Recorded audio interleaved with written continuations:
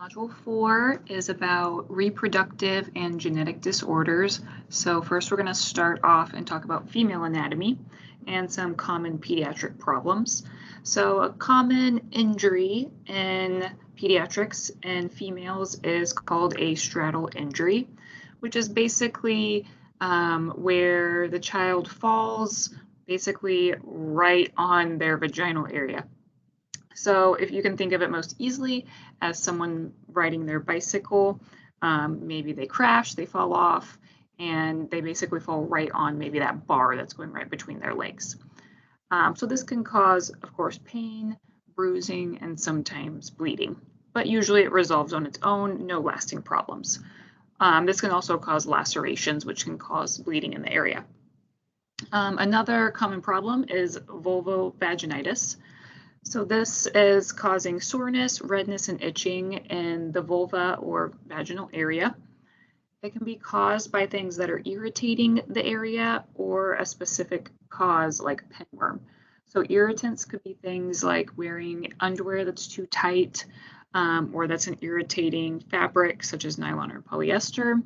It could be from not wiping correctly and getting fecal material or urine that's left on the skin and that's irritating the skin. Could also be from things like using bubble baths and the chemicals in the bubble baths may be irritating to the area. Then we have pinworms, which is what is pictured on the screen. So pinworms are basically tiny little worms that are spread through the fecal-oral route. So the adult worms live in the GI tract. They're actually not shed in the stool like you may think of with something like tapeworms, but these worms come out to lay eggs in the perineal area. So they basically come out of the anus at nighttime usually and lay their eggs around the anal area. So this can cause intense itching. One way to test for this at home is to use the tape test, which is where you use basically like transparent or Scotch tape and you put it on the child's perianal area and it will lift off these tiny white bean-shaped eggs from the area. There is over-the-counter treatment for pinworms that you can buy at any pharmacy. So some interventions for this is to teach hand hygiene to prevent the spread of pinworms, proper wiping from front to back, wearing non-irritating underwear that fits correctly, like cotton underwear, and they can soak in a warm bath to soothe the area, but again, don't use things like bubble baths or anything added to the bath. So just clean bath water with gentle soap. Adolescent vaginal complaints can be things like bacterial vaginosis, which is the most common cause of discharge in adolescents and, of course, women. So this can be caused by not just one organism, but of a change in basically the flora of the vaginal area.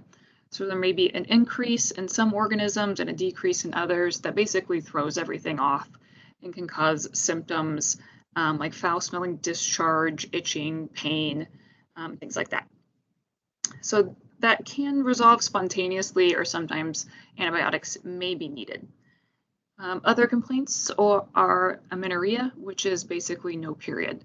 So usually after a child is 16 and they haven't started their period yet, there may be some more testing to do to see if anything is going on. And then menorrhagia, which is heavy bleeding when the child is on their period, heavy bleeding that's lasting longer than 7 days.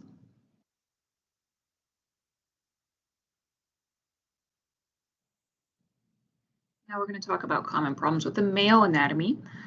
So one of the things that's actually normal is called physiological phimosis, which is the inability to retract the foreskin in an infant or a toddler. So when a baby is born, basically the foreskin cannot be retracted in an uncircumcised male and all the way up through the toddler years and sometimes the young school age years. So this is normal and that's why it's called physiological. You may have previously learned about pathological phimosis, usually occurring with adults, where it could be caused by something like swelling or trauma or infection to the area, which causes the foreskin to either not be able to retract or it's retracted and you can't put it back where it is. This is physiological phimosis and this is normal in infant and toddler males.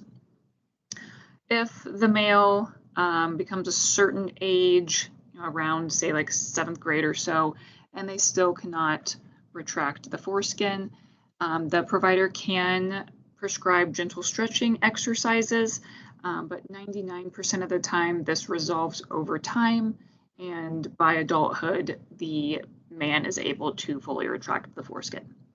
So basically, one thing we need to know is that when we are putting in urinary catheters, especially in infants or toddlers, we do not need to retract the foreskin. It can actually hurt them. Another problem is called cryptorchidism, also called undescended testes. So this is a congenital condition where the testes fails to descend into the scrotum. So it's usually trapped in the inguinal canal or even sometimes higher up in the groin. You sometimes can still palpate it in the groin or inguinal canal area. Usually this is sort of a watch and wait until the child is around 2 years old. And then if it does need to be released or they need to have surgery, then that can happen at that time. Then we have a hydrocele, which a hydrocele is a collection of fluid that is in the testes. It's usually painless. This is another one that's very common. It generally resolves on its own by 1 year of age. So again, another sort of watch and wait problem. So it can also occur in older children and adolescents, usually related to trauma or sometimes also infection. But again, we're just going to watch and wait until they're around 1 year old, and then if it's still there, they may try to get rid of that extra fluid. Another one is varicocele. So varicocele is a usually painless collection of veins in the spermatic cord in the scrotum that are basically, they're twisted up. So sometimes they can have a dull ache or like a feeling of fullness in their scrotum area when they're standing, but it typically doesn't hurt. If you were to palpate this, sometimes it's described that it has the texture of a bag of worms. So this is on that top picture. And it may become fuller if the person is bearing down. This one can be associated with infertility. There's no clear guidelines that have been established for treating varicocele in childhood, and usually it's actually just watched until the teen years.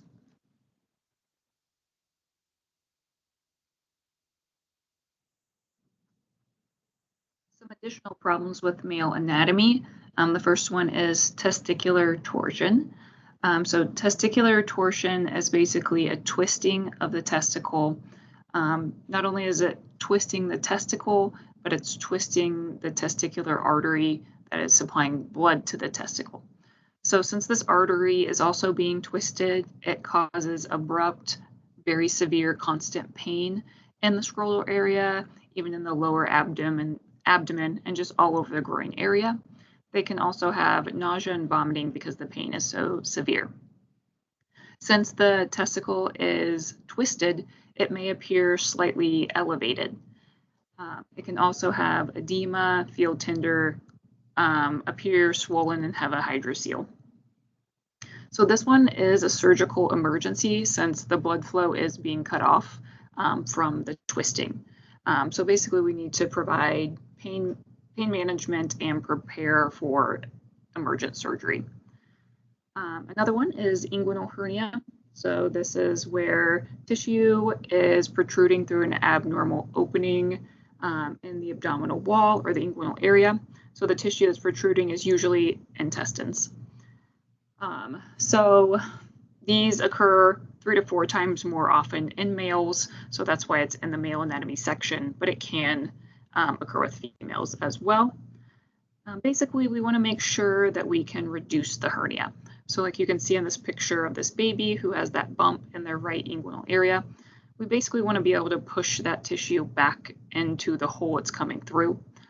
If we can't push it back down or if we can't reduce it, it could become incarcerated, which incarcerated basically means that it's strangling the blood supply to that tissue, which can then cause strangulation and cause the tissue to die. So once this becomes not able to be reduced, it can become a surgical emergency. So we can teach the parents to reduce the hernia as well when they're at home. so that they can be aware if it does become not able to be reduced.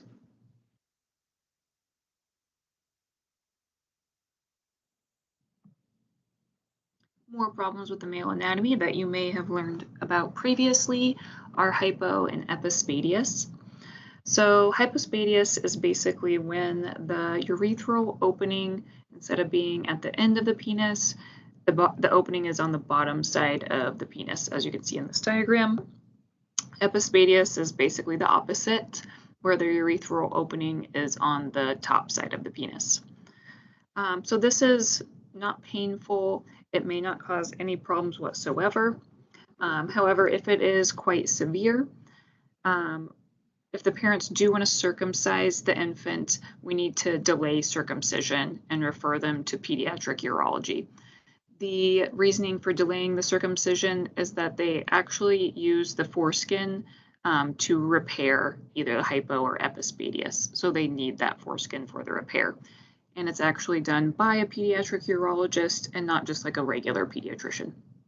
The surgical repair is usually not immediate, usually between 6 and 12 months of age.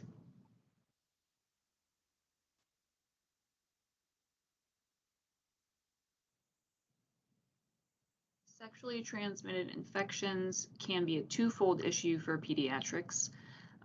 The first issue is that sexually active adolescents can, of course, acquire and transmit STIs just like adults can. So they can be more at risk if they have multiple partners, if they have new partners, if their partners have multiple partners, if they aren't using condoms or protection, or they have inconsistent use of it, or if they're using drugs and alcohol, which can put their decision-making ability at risk. The other issue is that neonates that are born to mothers with active STI infections are at risk for certain complications.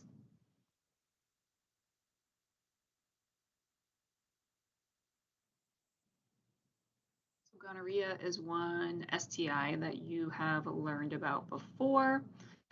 Infection with gonorrhea can occur in multiple areas. So it doesn't just have to be in the genitals. Of course, it can occur in the vagina, the urethra, the cervical areas, but it can also occur in things like the anus, the eyes, and the throat.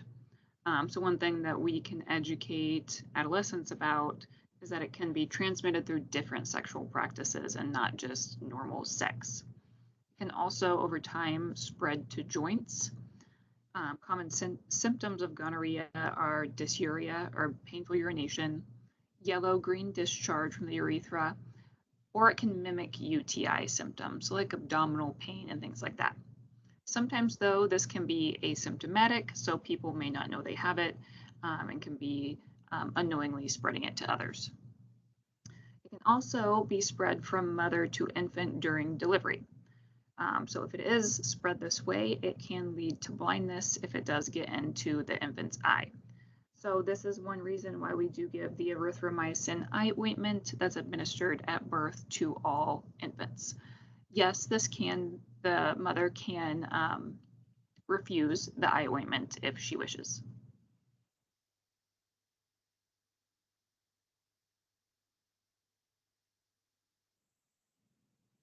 One of the more severe STIs is syphilis. So you could come into contact with an older child or a mother in different stages of syphilis. So if you can remember back from 5th semester when you learned this, the primary stage of syphilis is just where there's a canker. Usually one, could be more, on the genital area of the body. Then the secondary stage, there is usually a rash on the hands and feet. Then you move into the latent stage where there's no outward symptoms at all. And then the late stage is called neurosyphilis, where the person can have neurological problems and even change in personality. What we're more worried about for our class is congenital syphilis, which is where syphilis is transmitted from mother to fetus. So sometimes this results in miscarriage or stillbirth or even prematurity. Usually only severe cases are clinically apparent at birth, so you may not see any effects of the baby right after they're born, but they may be asymptomatic for up to 2 years after birth, and then they may start showing symptoms. Again, it just depends on how severe the infection is. So some symptoms in an infant can be things like nasal congestion, rhinitis, which basically like runny nose, in a large liver and spleen. They can also have a rash on their palms and the soles of their feet. There can be abnormalities in their bones and their long bones where they could have possible fractures. They can have central nervous system involvement, which can cause things like seizures, hydrocephalus, which is basically too much fluid in the brain. This can lead to developmental delays, loss of developmental milestones, hearing loss, and things like that.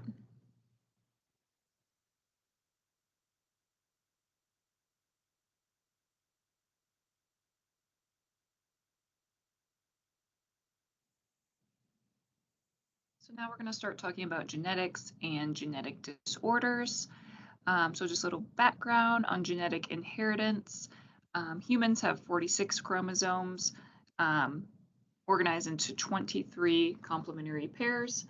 Each of these pairs contains 2 copies, which are also called alleles. There are 22 pairs of autosomes, and then we have 1 pair of sex chromosomes. So we get 1 chromosome from each parent. So this basically determines our biological sex. So females have XX for their sex chromosomes, and males have XY.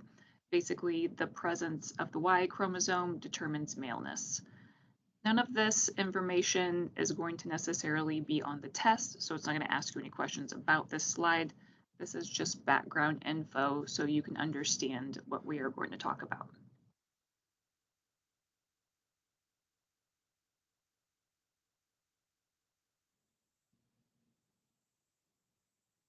A genetic disorder that everyone is probably familiar with is trisomy 21, also called Down syndrome. So with Down syndrome, each cell has 3 copies of chromosome 21, so then the child actually has 47 chromosomes. This is associated with advanced maternal age, which is a woman older than 35 years old. Some signs of Down syndrome is a small head, also called microcephaly, a flattened broad head, an underdeveloped middle of the face, so like a flattened nose or nasal bridge, almond-shaped eyes that are up slanted. They can have prominent epicanthal folds. Also, they typically have a very small mouth opening and a large tongue that's usually so large that it actually is protruding out of their mouth. They also frequently have low-set ears that can also be small and sort of cup-shaped. Their chest may be broad, and about half of babies have congenital heart defects, which we'll talk a little bit more about in the cardiovascular module. On their hands, they may have very short fingers, and they may have a single palmar crease. They also typically have very low tone, which means that they're basically floppy. This can cause problems with breathing at birth and also feeding problems.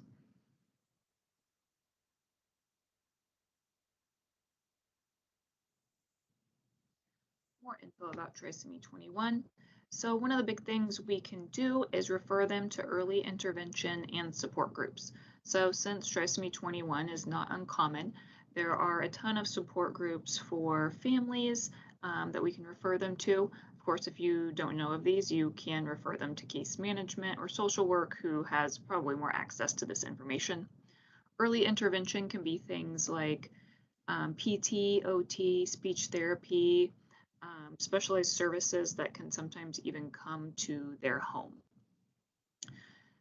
Babies with trisomy 21 are typically very delayed. The average IQ as they get older is 55. So they may, of course, need to be in special education programs. It's a wide range that they can have for their IQ, ranging from very delayed to high functioning. In addition to heart defects, there's a high incidence of thyroid problems and sleep apnea. sleep apnea due to their large tongue and their low tone. So these other problems typically need extensive follow-up, especially the heart defects. A common problem with infants is feeding difficulties, again, due to their large tongue, their low tone, and their cardiac issues, which may make them tire out easily. So some easy things we can do if we're feeding a baby with trisomy 21 is we can position them upright, like is shown in this picture, or side lying, basically just not flat on their backs like we may typically picture a baby being fed. Basically, we want to decrease the risk of aspiration that may be a little bit higher because of their low tone and being easily fatigued. We can also provide cheek support, which this person is doing in this photo as well. This can help the baby latch more easily and get a better suck. Pacing is basically moving the bottle down so that the baby isn't constantly getting milk. Again, it's just basically sort of what it sounds like, pacing to slow down their feeding so that they won't choke and so that they don't tire too easily. And while we're doing all of this, we want to make sure that we're watching their breathing and their color.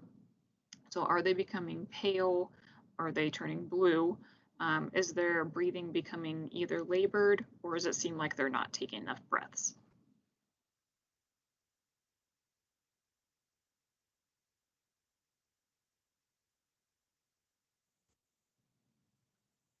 The second most common trisomy after Down syndrome is trisomy 18. It's also called Edwards syndrome. So this one, each chromosome has 3 copies of chromosome 18. So with this trisomy, the infant is usually very small and has intrauterine growth restriction. That's what IUGR is. Other physical characteristics, things like wide spaced nipples, a very short sternum. Their ears may be malformed. Also common for them to have heart defects. They can have things like rocker bottom feet, which basically is if you picture their foot looking like the bottom of a rocking chair, how it's curved, or club feet, which is basically turned inward. They also can have very prominent heels where it looks like their heel basically sticks out too far. They also can have clenched hands and overriding fingers, that you can see in this drawing. They can also have the back part of their skull be very prominent and basically sticking out, like you can see in this drawing as well. Many of them do die before birth, so the mother may miscarry or have a stillbirth. They have a very low survival rate.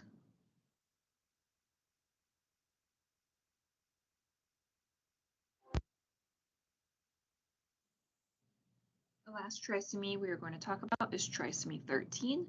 It's also called Patau syndrome. With this one, the baby has 3 copies of chromosome 13. With this trisomy, the average survival is fewer than 3 days. The baby could also be miscarried or stillborn. There are instances where children have lived into later childhood, but this is very rare. Some of the physical symptoms are things like a cleft lip and or a cleft palate. We'll talk more about this in the respiratory module, but basically there is a hole in the palate on the roof of their mouth, or basically sort of like a slit in their lip. They can also have central apnea, which can lead to their death. Basically, they stop breathing and it's of a brain origin. They can also have microcephaly or a small head, also heart defects, low tone. They can have clenched hands and have polydactyly, which is extra fingers. They may also be born deaf or also with malformed ears. They also may not have eyebrows and undescended or abnormal testes if male. Another thing that they could have is an abdominal wall defect, which we'll talk about more in the GI module, but basically they can be born with their intestines or even some of their other internal organs on the outside of their body. Basically, interventions that we can use for both trisomy 13 and 18 is planning for minimal intervention, hopefully at the time of delivery, An obstetrician or neonatologist should be speaking with the family before delivery and helping to counsel them on how they think the baby is going to survive or what is going to happen and what interventions, if any, are going to be taken. A lot of times these babies are put on hospice if they do not die immediately. So basically, we want to provide support and end-of-life care if necessary.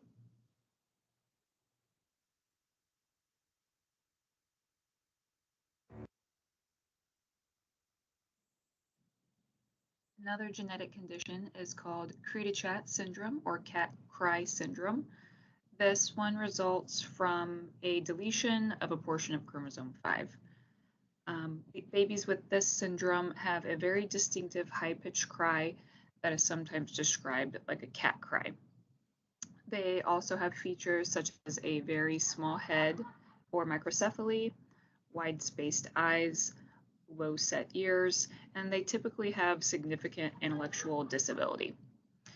They also have severe CNS irritability, which causes them to cry even more. So this can sometimes put family members at very high risk for depression, having to deal with a baby that is crying maybe excessively and this very high-pitched sort of shrill cry. So for these babies and children, it's not a lethal condition by any means. They will continue living. So we need to provide supportive care, which means helping things with like feeding issues, helping parents with psychosocial support.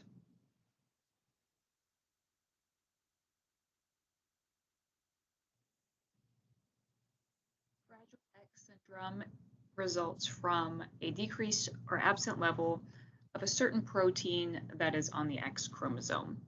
Since males inherit a single X chromosome from their mother, they typically show many more symptoms. Females have 2 copies of the X chromosomes, one from mom and one from dad. So typically in each cell in our body, only one X is basically active at a time, and the other one is inactive. So females can show a range of symptoms from very few symptoms to very severe symptoms. Assessment-wise, there's a lot of different facial features and other physical symptoms that can be shown. Things like a long, narrow face, a prominent jaw and forehead, very big ears that stick out, and their mouth, a high arched palate. They also typically have loose connective tissue, which can cause things like hyperextensible joints, also cardiac problems with different cardiac valves like the mitral valves. Also, they can have intellectual disabilities that can range from mild to more severe, generally have communication problems like speech and language delays. They also have an increased incidence of autism or display autism-like symptoms, things like hand flapping, lack of eye contact, inattention, social anxiety type characteristics. Females, again, can show milder symptoms. Also, both males and females are at risk for having seizures.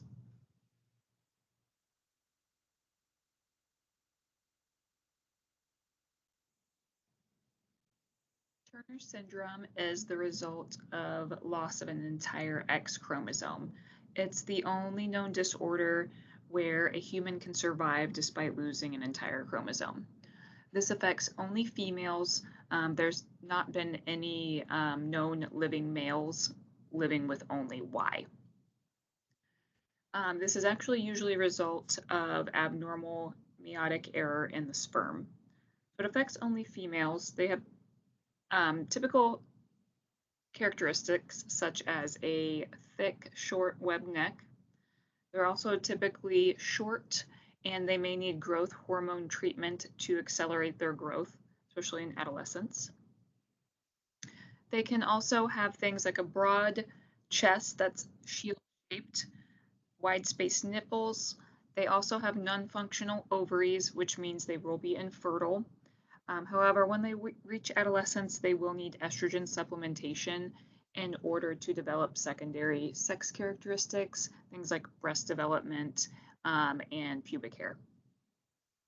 They also typically have heart defects, thyroid dysfunction, renal defects where they can be missing an entire kidney, a kidney that's shaped like a horseshoe, or possibly duplication in some of the renal system. Some babies at birth show lymphedema in their hands and feet. So at birth, they will basically have swelling or puffiness to their hands or feet that seem to have no known cause. So that could be a sign that a child has Turner syndrome. They also typically have feeding difficulties, and we may need to teach feeding strategies and patience to the parents. So those feeding strategies are the ones that are basically identical to the ones on the slide about Down syndrome. Things like pacing, sideline feeding, cheek support.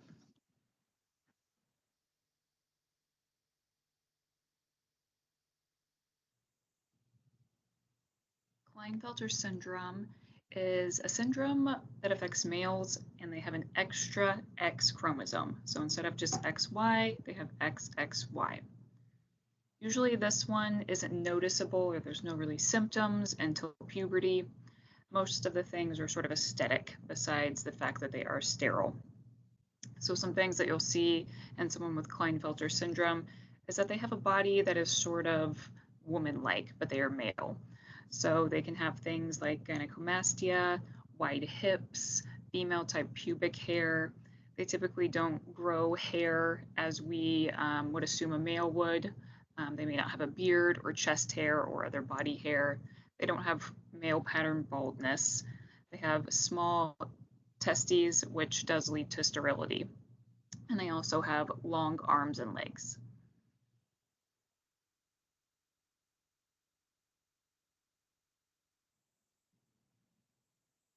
Cystic fibrosis is typically falls under respiratory, and it will come up again in that module, but it is an inherited disorder that's autosomal recessive.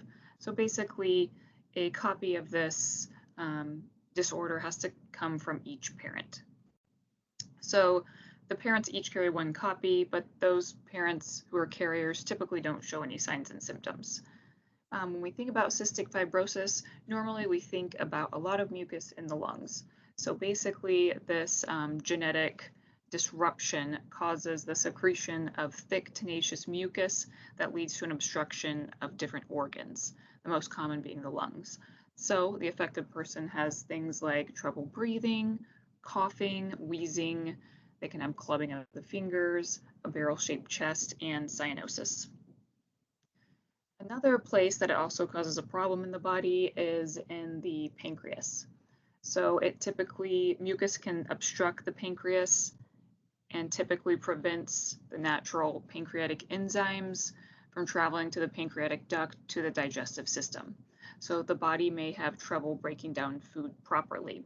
So these people typically have a fatty stool, which if you were to look at their stool in a toilet, for example, it tends to float because it has so much fat in it.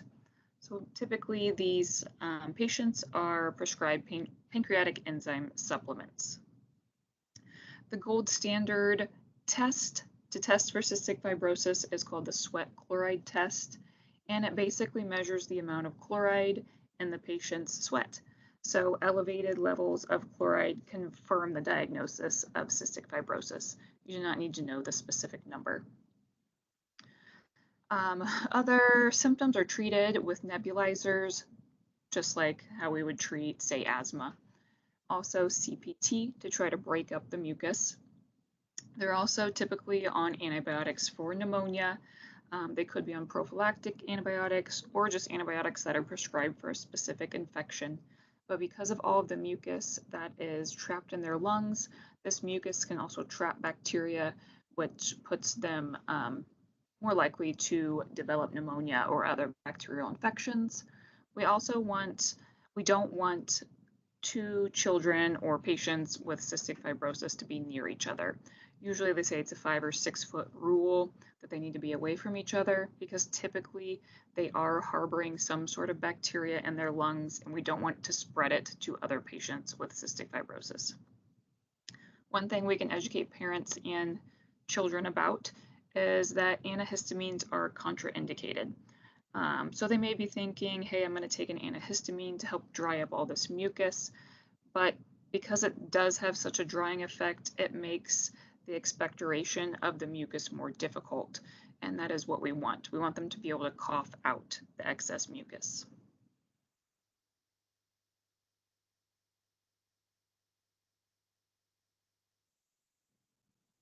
The last disorder we are going to talk about is fetal alcohol spectrum disorder.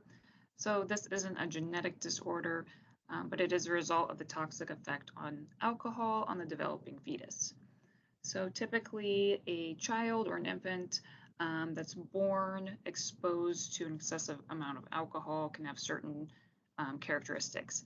So things like a flat midface, thin upper lip, small chin, a short nose that's upturned on the end, um, short palpebral fissures and prominent epicanthal folds. They also can be short and have growth deficiency, abnormal brain development, which can lead to developmental retardation and not meeting their developmental milestones. Also things like speech delays, sensory overreactivity, or things like sensory processing disorder, where they can be very easily irritated by certain sensory experiences. So things like flashing lights, or even things like certain clothing touching their skin. Also, they can have trouble feeding at birth, so they may have trouble coordinating their suck, swallow, breathe. They can also have organ damage prior to birth, including things like congenital heart defects. They can also have ADHD or ADHD-like symptoms and impulsivity.